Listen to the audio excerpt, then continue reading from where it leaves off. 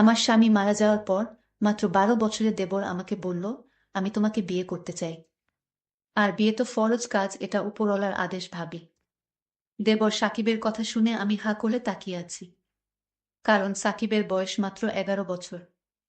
আর 11-12 বছরের ছেলে আমাকে বিয়ে করতে চায়, এটা অসম্ভব। কিন্তু আমি যাকে বাচ্চা ছেলে ভেবেছিলাম সে তো একটা। তাহলে ঘটনাটি বলি, মনোযোগ সহকারে শুনে নিন। আশা করি অনেক ভালো লাগবে আপনাদের। যেই সাকিব আমার দেবর, এটাই তো সেই সাকিব যে আমার চোখের দিকে তাকিয়ে কথা বলার সাহস পায়নি। অথচ আজ এই সাকিব আমাকে বিয়ের জন্য অফার করছে। সময় কতটা বদলে গেছে, পরিস্থিতি আর ভাগ্য আমাকে কোথায় দাঁড় করিয়েছে সেটাই অবাক চোখে তাকিয়ে দেখছি। সাকিব আমার ছোট দেবর, আমার স্বামী জিসানের ছোট ভাই। আমার স্বামী জিসান স্ট্রোক করে মারা যান। আমাদের গ্রামের সরকারি হাই স্কুলে চাকরি করতেন। ঢাকা একটা ট্রেনিংয়ে যাওয়ার পথে স্ট্রোক করে 20 দিন চিকিৎসা অবস্থায় মারা যান। আমার এক ছেলে এক মেয়ে। বড় মেয়ের নাম সুমি আর ছোট ছেলের নাম সিফাত।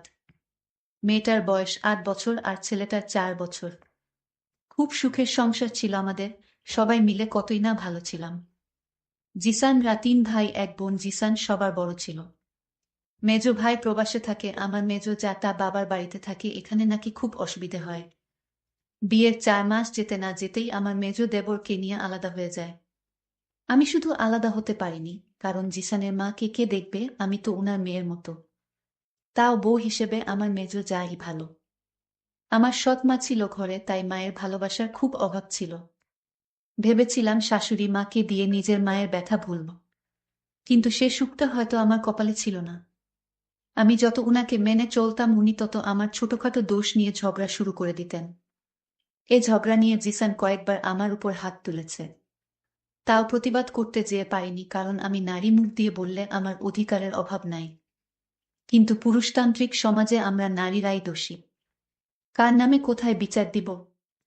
দিন শেষে এই পরিবার নিয়েই তো আমাকে থাকতে হবে, তাই কখনো প্রতিবাদ করেছি, আবার কখনো করিনি। সব মিলিয়ে আলহামদুলিল্লাহ ভালো ছিলাম। কিন্তু সবার কপালে সব সুখ সয় না, হয়তো আমার ক্ষেত্রে তাই হয়েছে। সাকিব আমার সাথে চোখ তুলে কথা বলতে পারেনি ওর ভাইয়ের ভয়ে। আমার জানামতে আমাকে খুব সম্মান করে, কিন্তু আমার স্বামী মৃত্যুর পর বুঝলাম শুধু ভাইয়ের ভয়ে আমার দিকে তাকাতেও সাহস পায়নি। ছেলে মেয়ে দুটোকে নিয়ে কোথায় যাব, কি করব? শাশুড়ি মা এবং সাকিবের অত্যাচারে ঘরে বসা যায় না। কয়েক মাস জিসানের ব্যাংকে জমানো টাকা দিয়ে কোনো রকম দিন কাটিয়ে দিয়েছি। কিন্তু আস্তে আস্তে তো সব শেষ হয়ে যাচ্ছে। এদিকে সাকিব ক্লাস 8-এ পাশ করেছে জিসান মারা যাওয়ার আগে। কিন্তু ও তো ছোটখাটো কিছু কাজ খুঁজতে পারে, তা না, উল্টো ঘর থেকে টাকা নিয়ে বাজে খরচ করে। চোখের সামনে আমার সাজানো সংসারটা শেষ হয়ে যাচ্ছে, কি করব, কার কাছে হাত পাতব? সব মিলিয়ে আমি তিলে তিলে শেষ হয়ে যাচ্ছি। আল্লাহ কাছে তাজ্জুদের নামাজ পড়ে কত রকম ফরিয়াদ করেছি। আল্লাহ যেন আমাকে সৎ রাখেন, হালাল রিজিকের ব্যবস্থা করে দেন। ছোটবেলায় মাকে হারিয়ে সৎ মায়ের কাছে কম কষ্ট ভোগ করিনি। আসলাম স্বামীর বাড়িতে এসে স্বামীকে হারালাম, আল্লাহ যে আমার কত পরীক্ষা নিচ্ছেন জানি না, তবে আল্লাহকে এতটুকু বলতাম, আল্লাহ যেন আমাকে ধৈর্য দেন সবকিছু সহ্য করার। দিন দিন সাকিবের অত্যাচার বেড়ে চলছে, হুটহাট করে যে কোনো কথা বলে ফেলে, এক অদ্ভুত আচরণ করতে চায়। কোনোরকম আল্লাহ নাম নিয়ে বেঁচে আসি, তবে এরকম কতদিন? বাহিরে বললে বলবে স্বামী নাই, তাই এখন এমন করছি। কিন্তু বাবার বাড়িতে যাওয়ার ব্যবস্থা সব বন্ধ। আমি ইন্টার পাস, বিএ ভর্তি হওয়ার আগেই তো বিয়ে হয়ে গেল। কিন্তু এত অল্প বয়সে স্বামী হারাবো কখনো কল্পনাও করিনি। ছেলেটা ও বড় হচ্ছে, মেয়ে ও, কিন্তু আমি কোথায় যাব? ভেবেছিলাম ওদের সাথে কষ্ট করে কোনোরকম ওদের কাজের মহিলা হয়ে ও দিন কাটিয়ে দেব। কিন্তু না, আমার প্রতি তাদের নির্যাতনের পরিমাণ দিন দিন বেড়েই চলছে। সাকিব একটা ছোট অটো চালায়, কিছু ইনকাম করে। ভেবেছিলাম এখন ভালো হয়ে যাবে, কিন্তু না, সুযোগ পেলেই আমার সাথে শাশুড়ি এবং সাকিব ব্যবহার খারাপ করার চেষ্টা করে। সাকিব ছোট হলে কি হবে? দিন দিন সাকিব আমার দিকে অন্যরকম দৃষ্টিতে তাকিয়ে থাকে। আর মাঝে মাঝে বলে, ভাবি আমি তোমার অপেক্ষায় থাকবো সারা জীবন। একটা বাচ্চা ছেলের মুখে এ কথা মানায়? প্রতি উত্তরে বলেছিলাম, তোমার ভাই কিন্তু কথায় কথায় বলতেন, আমি তোমার বোনের মতো, আর আমি তোমাকে ছোট ভাইয়ের মতোই দেখেছি। জিসান আমার হাত টেনে দুহাত ধরে বলল, আমি কখনো তোমাকে বোন ভাবিনি, বরং তোমাকে বিয়ে করে ঘর বাঁধার স্বপ্ন দেখেছি। মাত্র 11 বছরের একটা বাচ্চা ছেলের মুখে এসব কথা শোভা পায়? আমি যাকে ছোট ভাইয়ের মতো স্নেহ করি, আর সে কিনা আমাকে বিয়ে করতে চায়। খুব অদ্ভুত ব্যাপার, তাই না? যখন সাকিব বলল, ভাবি যদি আমার ভাই বেঁচে থাকতো তাহলে আজ তোমার এই কষ্ট হতো না। আমি তোমার কষ্টের ভাগিদার হতে চাই। তোমার কষ্টের দিনে, সুখের দিনে আমি তোমার পাশে থাকতে চাই ভাবি। এই কথা বলার পর ভাবি আমাকে জুড়ে একটা থাপ্পড় দিয়ে বলল, তুমি একটা বাচ্চা ছেলে, তুমি আমার কষ্ট কি বুঝবে? আর তোমার ভাই বেঁচে থাকলে আজ এমনটা হতো না। ভাবি তুমি আমাকে ভুল বুঝো না ভাবি। আমি তোমাকে অনেক ভালোবাসি। আমি যদি তোমাকে আমার বাড়িতে না রাখতে পারি, তাহলে আমার মা তো তোমাকে এই বাড়ি থেকে তাড়িয়ে দেবে। কারণ আজ আমার ভাই বেঁচে নাই, আর তোমার নাই স্বামী। তাই চেয়েছিলাম ভাবি আমি তোমাকে আমার বাড়িতে রেখে দেব সারা জীবনের জন্য। সাকিব এই কথা বলার পর খুব অসহায় লেগেছে সেদিন, যেদিন আমার ছেলে পরীক্ষা ফিস দেওয়ার জন্য কতবার টাকা চেয়েছে। প্রতিবার সাকিব বলেছে, তোর মায়ের কাছে গিয়ে জিজ্ঞেস, আমি তাকে বিয়ে করতে চাই। যদি রাজি হয় তাহলে তোরে অনেক টাকা দিই চকলেট খাওয়ার জন্য। সাকিবের বয়স মাত্র 12 বছর, আর 12 বছরের ছেলে আমার স্বামী হবে, এটা আমি কিভাবে মেনে নিতে পারি? সে তো আমার ছোট ভাইয়ের বয়সী। সাকিব বলল, ভাবি তোমার কষ্ট দেখলে আমার চোখে পানি চলে আসে। আমি তোমার কষ্ট সহ্য করতে পারি না ভাবি। আমি জানি বড় ভাইয়া মারা যাওয়ার পর তুমি আর কখনো বিয়ের পিঁড়িতে বসবে না। তোমার বাকি জীবনটা আমাদের বাড়িতে চাকরানির মতো কাটাতে চাও, সেটাও আমি জানি। কিন্তু ভাবি তুমি চাইলে আমি তোমার সব কথা মেনে নিব। আরে তুমি তো একটা বাচ্চা ছেলে, তুমি বিয়ের কি বুঝবে? তোমার বিয়ের বয়স এখনো হয়নি সাকিব। আর তুমি এটা ভেবো না তোমার ভাই মারা গেছে বলে আমি আবার বিয়ে করব, কখনো না। ভাবি তুমি যা বলছো সব মুখেই বলতেছো, তোমার ভিতর থেকে কোনো কথা বের হচ্ছে না।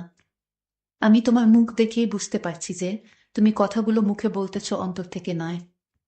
এতটুকু বাচ্চা ছেলের মাথায় এত বুদ্ধি কোথায় থেকে এলো আমি ভেবে পাচ্ছি না। আমি একদিন কান্না করে সাকিবের আড়ালে বলছিলাম, আমি এখন ছেলেদের পরীক্ষার খরচ কোথায় থেকে দিব? আমি কান্না করছিলাম আর এই কথাগুলো বলছিলাম। আমার আড়াল থেকে সাকিব আমার কথাগুলো শুনে ফেলে। ঠিক তখনই সাকিব একটা অটো ভাড়া নিয়ে সারাদিন অটো চালিয়ে টাকার ব্যবস্থা করে নিয়ে এলো।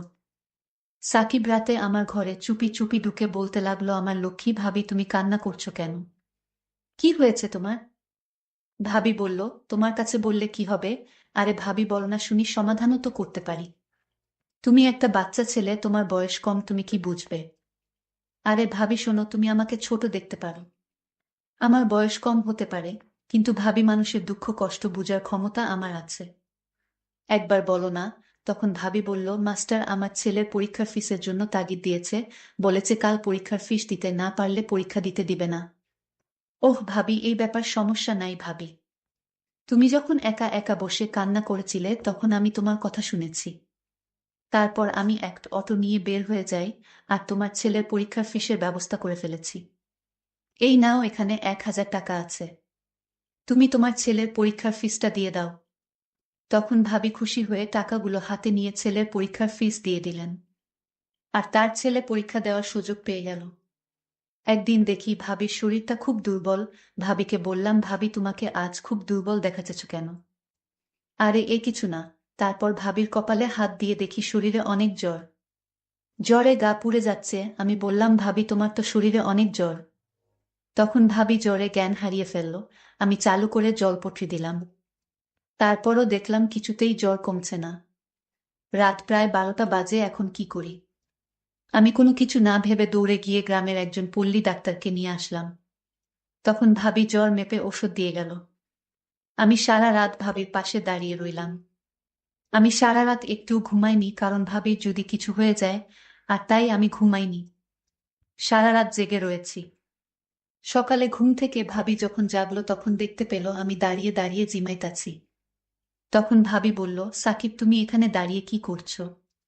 তখন তার ছেলে সিফাত বলল, ছোট কাকা যদি তোমার পাশে না থাকতো তাহলে তো তুমি মারা যেতে আম্মু। কারণ তোমার রাতে প্রচন্ড জ্বর এসেছিল শরীরে, তারপর তোমার কপালে জলপট্রি দিয়েছে ছোট কাকা। তারপরও যখন তোমার জ্বর কিছুতেই কমছে না, তখন এই অন্ধকার রাতে তোমার জন্য ডাক্তার নিয়ে আসলো বাসায়। ডাক্তার মশাই তোমার জ্বর মেপে ওষুধ দিয়েছে, আর সেই ওষুধ তোমাকে খাওয়ানো হয়েছে। আম্মু ছোট কাকা না থাকলে আজ যে তোমার কি হতো? হয়তো আমি তোমাকে আর মা ডাকার সুযোগ পেতাম না। ছেলের মুখে এইসব কথা শোনার পর আমার চোখের জল ধরে রাখতে পারিনি। আমি তাকে জড়িয়ে ধরে হাউমাউ করে কান্না করতে লাগলাম। সাকিব, তুমি আমাকে এত ভালোবাসো কেন? ভাবি, আমার ভাইয়া মারা যাওয়ার পর তোমার কষ্ট কিছুতেই সইতে পারছিলাম না। তুমি যখন সবসময় মনমরা হয়ে থাকতে, আমার মা যখন তোমাকে বিভিন্ন কথা বলে গালি দিত, তখন আমি এটা সইতে পারছিলাম না। কারণ আমার ভাইয়ের আমানত আমার বাড়িতেই রেখে দিতে চেয়েছি। জানো ভাবি, আমার জন্য অনেক সুন্দরী মেয়েরা পাগল, কিন্তু আমি কাউকে ভালোবাসার অধিকার দেয়নি। এর একটাই কারণ, তোমার জন্য তোমার মায়ের বাঁধনে আমি আটকা পড়ে গেছি। তার মুখে এই কথা শোনার পর আমার চোখ দিয়ে টলমল করে পানি পড়ছে, আমি কান্না করছি। আল্লাহ, আমার কপালে আরেকজন মানুষ আমার পাশে দিয়েছেন। তার ব্যবহারে, তার কথায় আমি মুগ্ধ হয়ে গেছি। আসলে আল্লাহ যা করেন তা ভালোর জন্যই করেন। আমি সাকিবকে বললাম, সাকিব তুমি কি চাও বলো? তুমি আজ যা চাইবে তাই পাবে, আমি আল্লাহকে সাক্ষী রেখে বললাম। ভাবি, আমি তোমার কাছে কিছুই চাই না, তুমি আমার পাশে সারাজীবন থাকবে এবং তোমাকে সেবা করার সুযোগ দিবে। ঠিক আছে, আমি তোমাকে সারা জীবনের জন্য আঁচলে বেঁধে নিলাম। এখন খুশি তো? সাকিব চোখের জল মুছতে মুছতে বলল। ভাবি, আমার মতো সুখী মানুষ এ পৃথিবীতে আর কেউ নাই। অনেক সাধনার পর তোমাকে এই বাড়িতে রেখে দিলাম সারা জীবনের জন্য, এটাই আমার সার্থকতা। সবশেষে দর্শকের উদ্দেশ্য করে একটা কথা বলতে চাই, তোমরা কখনো কম বয়সী ছেলেদের অবহেলা করো না। কারণ তাদের ভিতরে অনেক প্রতিভা, ভালোবাসা লুকিয়ে থাকে, যা কেউ জানে না। আজকের গল্পটি এখানেই শেষ করলাম। ভালো থাকবেন সবাই, ধন্যবাদ।